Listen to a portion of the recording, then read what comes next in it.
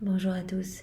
Eh bien, prenons encore un court instant cet après-midi pour lire un troisième passage du livre du ciel de Louisa Picaretta. Au nom du Père qui m'a créé, du Fils qui m'a sauvé et du Saint-Esprit qui me sanctifie. Amen. Jésus, à nouveau, je me plonge en toi, dans ta divine volonté, et je m'unis à toi, je m'identifie à toi, je me consume en toi. Je te supplie, Seigneur, de prendre ma volonté propre. Prends-la, Seigneur, je te la donne, et va l'attacher au pied de ton trône avec celle de Marie. Serre en toi comme marchepied pour ta divine volonté. Seigneur, je ne veux plus de ma volonté propre. Je me rends bien compte qu'avec ma volonté propre, je ne fais que t'offenser, que te causer des petites morts continuelles. Je n'en veux plus, Seigneur. Et je sombre dans la noirceur, dans les ténèbres, quand je fais des choses qui résultent de mon ego, de ma volonté humaine. Alors, je veux que ce soit toi qui fasses tout en moi, Seigneur. Je t'en donne l'autorisation. Viens t'établir dans mon cœur. Fais-y ta demeure avec le Père, le Saint-Esprit, et agis à partir de ce que je suis. Viens toucher mes frères et sœurs à partir de mes regards, à partir de mes paroles, à partir de mes actions, à partir de mes pas. Je voudrais que ce soit toi dans chacun de mes mouvements conscients et inconscients, que tout soit fait par toi, Jésus, que tout soit fait pour toi et que tout soit fait immergé en toi, dans ta divine volonté. Mais non, Seigneur, je te demande vraiment de nous disposer tous pour recevoir ce nouvel enseignement. Viens travailler nos cœurs, ouvre-les, prononce ton ephata sur nos intelligences, déverse-y ta propre intelligence, ta propre sagesse, pour que nous puissions vraiment comprendre et ne pas passer à côté. Chaque vérité est essentielle et est un lien indissoluble qui nous rapproche de toi. Chaque vérité est une vérité divine. Chaque vérité nous fait croître en sainteté, nous rapproche de toi et nous fait désirer plus ardemment la vie dans ta divine volonté. Alors que rien ne se perd, Seigneur, viens maintenant nous disposer, parle à travers ma bouche et envoie-moi ton Esprit Saint. Envoie-le à chacun de nous pour que nous puissions vraiment rester unis à toi dans ta vérité, Seigneur. Le passage que nous allons méditer est celui du 23 mars 1923, toujours dans le volume 15. C'est Louisa qui parle. Je pensais aux souffrances de ma mère céleste, de Marie. Se mouvant en moi, mon doux Jésus me dit, « Ma fille, je suis le roi des douleurs. Étant à la fois homme et Dieu, je devais tout centrer en moi afin d'avoir la primauté sur toute chose, même sur les souffrances. » Jésus a dû tout prendre en lui pour avoir la primauté sur toute chose, même sur les douleurs, sur les peines, sur les souffrances. C'est vrai que si on regarde juste l'humanité de Jésus, eh bien, il y a certainement des personnes qui ont plus souffert que Jésus. Des personnes qui sont dans des gants, à qui on arrache des morceaux de peau, qu'on arrache des yeux, etc., qui vivent des choses absolument atroces, qu'on brûle vif, etc. Mais si on sait, de par les écrits du ciel, tout ce que Jésus a souffert à l'intérieur de lui, toutes ces souffrances morales infligées, imposées par sa divinité à son humanité, là, Jésus est l'homme de toutes les douleurs. Parce qu'il vivait nos morts continuellement, nos morts naturelles, mais aussi tous nos péchés et nos actes déconnectés de la divine volonté. Des petites morts continuelles. Également, eh bien, les souffrances que les âmes ont à subir en enfer. Donc, vraiment une torture chaque microseconde. Jésus, dès son incarnation, était déjà avec tous les attributs de sa passion. Il était déjà avec des petits clous de feu dans ses mains, des épines de feu, il était déjà avec des coups partout sur son corps, etc. Donc c'est effectivement l'homme des douleurs. Il a dû vraiment tout prendre en lui parce qu'il se devait d'avoir la primauté sur tout, y compris sur les peines et les souffrances. Les souffrances de ma mère étaient les réverbérations des miennes. Nous le savons, nous le disons tout le temps, et Jésus nous le dit tout le temps, Marie, elle vivait 100% dans la divine volonté. Elle n'a jamais émis un acte dans sa volonté propre. Le seul oui qu'elle a donné dans sa volonté propre, eh bien, c'était pour donner sa volonté et que le Seigneur puisse vraiment l'apprendre. Elle est venue délibérément l'attacher au pied du trône de l'Éternel. Donc Marie, puisqu'elle était imbibée dans la divine volonté, vivait tout en union avec Jésus. Donc les souffrances de Marie, comme dit Jésus, étaient les réverbérations des souffrances de Jésus. Et ainsi, ma maman a participé à toutes mes souffrances, même quand Marie ne se trouvait pas près de Jésus, que Jésus, par exemple au moment de la flagellation, au moment où Jésus se fait cracher dessus, où il se fait rouer de coups de pied, on lui arrache la barbe, on peut dire Marie n'était pas à côté, donc elle n'a pas vécu cela. Mais Marie, en union avec Jésus, ressentait toutes ces douleurs, toutes ces douleurs, tout ce que Jésus a vécu. Voilà, au moment où il réparait, par exemple, pour nos péchés contre la pureté, qu'il réparait pour nos péchés de la pensée, qu'il réparait pour nos mauvais pas, nos pas allant à des fins mauvaises, etc. Eh bien, Marie ressentait toutes ces souffrances en même temps que Jésus. Ces souffrances étaient telles qu'elle se sentait mourir à chaque réverbération. Tout le temps, Marie se sentait mourir en même temps que Jésus, puisque Jésus vivait ces petites morts continuelles. Mais l'amour la soutenait et la gardait en vie. Donc ces vagues d'amour, de tous les bienfaits compris dans la divine volonté, donc cette paix, cette joie divine, tout cela la gardait debout. C'est ainsi que Marie est la reine des douleurs. Jésus est le roi des douleurs, Marie est la reine des douleurs. Pendant qu'il disait cela, j'ai cru voir ma mère céleste devant Jésus. Les souffrances et le cœur transpercé de Jésus étaient réfléchis dans le cœur de la reine des douleurs. C'est vraiment comme le cœur de Marie était comme un miroir en fait qui vraiment réfléchissait toutes les douleurs de Jésus. C'était comme des épées qui traversaient son cœur, tous ces glaives qui ont transpercé le cœur de Marie à chaque souffrance que vivait Jésus. Ces épées étaient scellées par des fiates de lumière qui l'inondaient complètement de lumière. Chaque souffrance vécue, était comme une lumière, parce qu'en fait, c'était quelque chose... Voilà, c'est parce qu'elle vivait dans la divine volonté qu'elle a pu partager toutes ses souffrances avec Jésus, qu'elle a pu ressentir les souffrances de Jésus, comme des réverbérations. Et donc, chacune de ces souffrances qu'elle ressentait était entourée, mais d'une lumière éblouissante, qui l'inondait complètement. Ces fiates de lumière resplendissante la couvraient d'une telle gloire que les mots ne peuvent le décrire. Donc Marie, chacune des souffrances, elle recevait ces douches de lumière. Tout ce qu'elle partageait dans la divine volonté avec Jésus, douche de lumière. Donc elle était vraiment enrobée d'une telle gloire, elle était recouverte, mais d'une telle gloire que des mots humains n'arriveraient pas à décrire cela.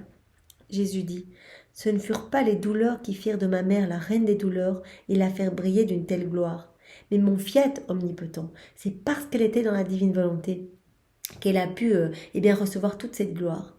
Tout ce qu'on lui reconnaît, c'est le travail de la divine volonté en elle. C'est mon fiat omnipotent, comme dit Jésus, qui était joint à chacun de ses actes. C'est parce qu'elle crucifiait continuellement sa volonté propre pour laisser vivre la divine volonté en elle, que vraiment elle a pu être recouverte de cette lumière. Tout ce qu'elle partageait en union avec Jésus dans la divine volonté, la couvrait vraiment d'une gloire indescriptible. Donc vraiment, ce ne furent pas donc les douleurs qui firent de ma mère la reine des douleurs et la faire briller d'une telle gloire, mais mon fiat omnipotent qui était joint à chacun de ses actes et chacune de ses douleurs. Donc elle unissait tout à Jésus dans la divine volonté. Elle vivait tout en union avec Jésus. Mon fiat était la vie de chacune de ses peines et l'acte premier formant les épées et leur donnant l'intensité nécessaire de souffrance. Il pouvait infuser dans son cœur transpercé autant de souffrance qu'il le voulait, ajoutant blessure sur blessure, peine sur peine, sans rencontrer la moindre résistance. Donc Jésus a pu tout partager, il a pu se déverser complètement en sa maman, qui n'a jamais émis une réticence en disant « oui, non, ça je ne vais pas porter, ça c'est un peu trop lourd ». Non, elle s'est ouverte, elle s'est offerte, elle a offert sa volonté, elle a tout accepté jusqu'à voir son fils mourir sur une croix. Je me suis sentie honorée de devenir la vie de chacun de ces battements de cœur. Donc c'est ce que Jésus aimerait pour chacun de nous, devenir la vie de chacun de nos battements de cœur, de venir unir son cœur au nôtre, de venir vivre en nous pour que nos battements de cœur deviennent les siens, soient tellement uniques que vraiment ce soit les battements de cœur de Jésus qui battent et qui rayonnent autour de nous, son amour, ses attributs divins, sa joie, ses bienfaits, ses grâces et ses bénédictions. Mon fiat lui donna une gloire complète et l'établit reine, légitime et véritable, reine du ciel et de la terre. Donc Marie, vraiment, est celle qui a vécu à 100% dans la divine volonté. Déjà, nous avons vu précédemment dans un autre passage que vraiment, à la seconde 1 de sa conception, tout au début, elle a été recouverte des mers de puissance, de sagesse et d'amour du Père, du Fils et du Saint-Esprit. Ces 3 mers vraiment se sont fusionnées. Elle a été conçue au milieu de ces 3 mers. Donc elle a été vraiment immergée, remplie de la divine volonté. eh bien, au moment de sa conception. Et elle a reçu le don de la science, elle a reçu la divine science, divine connaissance, divine volonté, etc. Donc elle avait déjà connaissance de la souffrance de la Trinité, de voir que le plan à laquelle il appelait tous les hommes, eh bien, était un petit peu en échec. Et donc, elle a supplié pour que les hommes puissent être sauvés, puissent être réhabilités, pour que toutes les volontés humaines puissent être reconnectées à la divine volonté. Et c'est ces supplications continuelles au pied de la Trinité qui ont permis la venue de Jésus. Il n'aurait pas pu s'incarner dans le ventre d'une maman pleine de péchés, etc. C'est vraiment cette pureté, c'est vraiment sa divine volonté opérante et agissante en Marie qui a permis à Jésus de venir s'incarner en son sein. Mon fiat lui donna une gloire complète et l'établit reine légitime et véritable. Quelles sont les âmes en lesquelles je peux déposer les réverbérations de mes souffrances et de ma vie? Quelles sont les personnes, quelles sont les âmes qui vont s'ouvrir à moi, qui vont m'aimer au point de vouloir tout partager avec moi, de vouloir s'unir à moi? Ce sont celles qui sont habitées par mon fiat. Les âmes qui vivent dans la divine volonté vont dire: Jésus, on te laisse faire ce que tu veux en nous. Tu as l'autorisation pour agir dans nos cœurs. Et à ce moment-là, Jésus va venir déverser toutes ses joies, tous ses attributs divins, tout ce qu'il est dans nos cœurs. Il vient vraiment, dans la divine volonté, il y a tout, mais il va aussi nous partager ses souffrances. C'est-à-dire qu'il va permettre, à travers de nos vies, à travers de nos humanités, de continuer ces souffrances pour pouvoir distribuer à travers nos actes, nos regards, nos pensées, nos paroles, et nos pas, etc., les fruits de la rédemption. Ces âmes qui vivent dans la divine volonté absorbent en elles mes réverbérations. Donc vraiment, on devient comme des échos, on devient comme des miroirs de Jésus. On va absorber tout ce que Jésus est, tant ses joies divines, sa paix divine, tout ce qu'il est, mais aussi ses souffrances, comme la Vierge Marie qui est devenue la réverbération de Jésus. Elles vont absorber en elles mes réverbérations et je suis généreux en les faisant participer à tout ce que ma volonté réalise en moi. Donc Jésus va tout nous donner. Il le dit ici. Je vais être généreux, je donne tout. Donc il suffit de me demander, de dire: Jésus, je vis dans ta divine volonté. Directement, je m'installe et je déverse tout. Les âmes peuvent se servir, elles peuvent tout prendre. J'attends les âmes dans ma volonté, prêts à leur accorder une gloire complète, comme pour la Vierge Marie, pour tous leurs actes et toutes leurs peines. Donc à chaque fois qu'on s'unit à Jésus, c'est comme la Vierge Marie, une lumière étincelante, un soleil magnifique. À chaque fois qu'on unit nos souffrances à celles de Jésus, un soleil, parce que nos souffrances vont vraiment porter du fruit, les fruits des souffrances même de Jésus, des souffrances rédemptrices de Jésus. Donc c'est magnifique. Et donc ce qu'on a pu lire juste avant, concernant la Vierge Marie, le Seigneur opère le même travail pour les âmes qui s'abandonnent entre ses bras, les âmes qui vivent dans la divine volonté. C'est-à-dire, il veut nous recouvrir, nous donner, nous accorder une gloire complète pour tous nos actes faits en union avec lui et pour toutes nos peines, unies à ses souffrances à lui. En dehors de ma volonté, cependant, je ne reconnais pas les actes ou les souffrances des âmes. Voilà, tous les actes que l'on fait en dehors de la divine volonté, donc les petits actes que l'on fait, aussi pieux soit-il, Jésus dit, je ne vois pas en fait l'écho de ma personne. En fait, je ne vois pas un autre Christ en vous quand vous faites des actes dans vos volontés propres. Au contraire, vous vous remplissez de noirceur. Même si l'acte paraît très beau, il est toujours un petit peu teinté d'orgueil, il est toujours sujet à chute en fait, parce que pour exercer une vertu, il faut, on est dépendant bien des personnes autour de nous. Par exemple, pour exercer la patience, il faut qu'il y ait une personne qui puisse éprouver notre patience pour pouvoir l'exercer. Et donc il dit, voilà, ce que vous faites, c'est vraiment teinté de choses trop humaines, et donc je ne me vois pas en fait dans vos actes, quand vous les faites dans vos volontés propres. Quand vous souffrez tout seul, que vous ne vous unissez pas à moi, que vous ne pensez pas à moi dans vos souffrances, vos souffrances, elles vont juste vous écraser, ça va juste être difficile à porter, au point même que certaines âmes se révoltent et ne croient plus en moi, tellement ces souffrances sont lourdes. Alors que vraiment les souffrances offertes peuvent être vraiment la clé de la sanctification et vraiment la clé pour regagner cette ressemblance perdue avec Jésus. Voilà, en dehors de ma volonté, cependant, je ne reconnais pas les actes ou les souffrances des âmes. Je pourrais leur dire, je n'ai rien à vous donner. Quelle volonté vous animez dans vos actes et vos souffrances?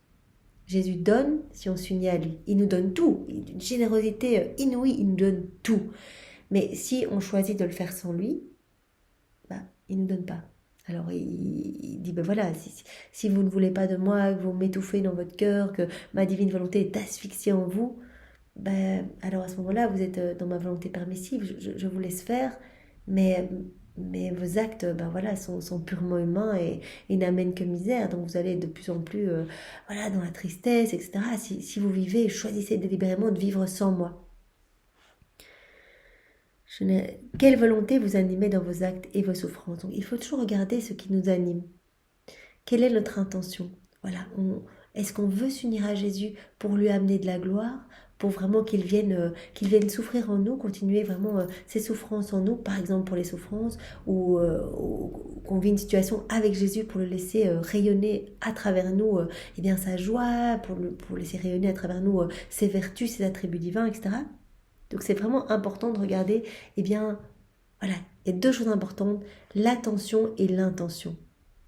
Voilà, intention d'aimer Jésus, de le consoler, de réparer au nom de tous, de le laisser vivre en nous, et l'attention continuelle, voilà, pour l'inviter dans toutes nos actions et rester vraiment unis à lui. Voilà, faire le bien et souffrir sans référence à ma volonté n'est que misérable esclavage.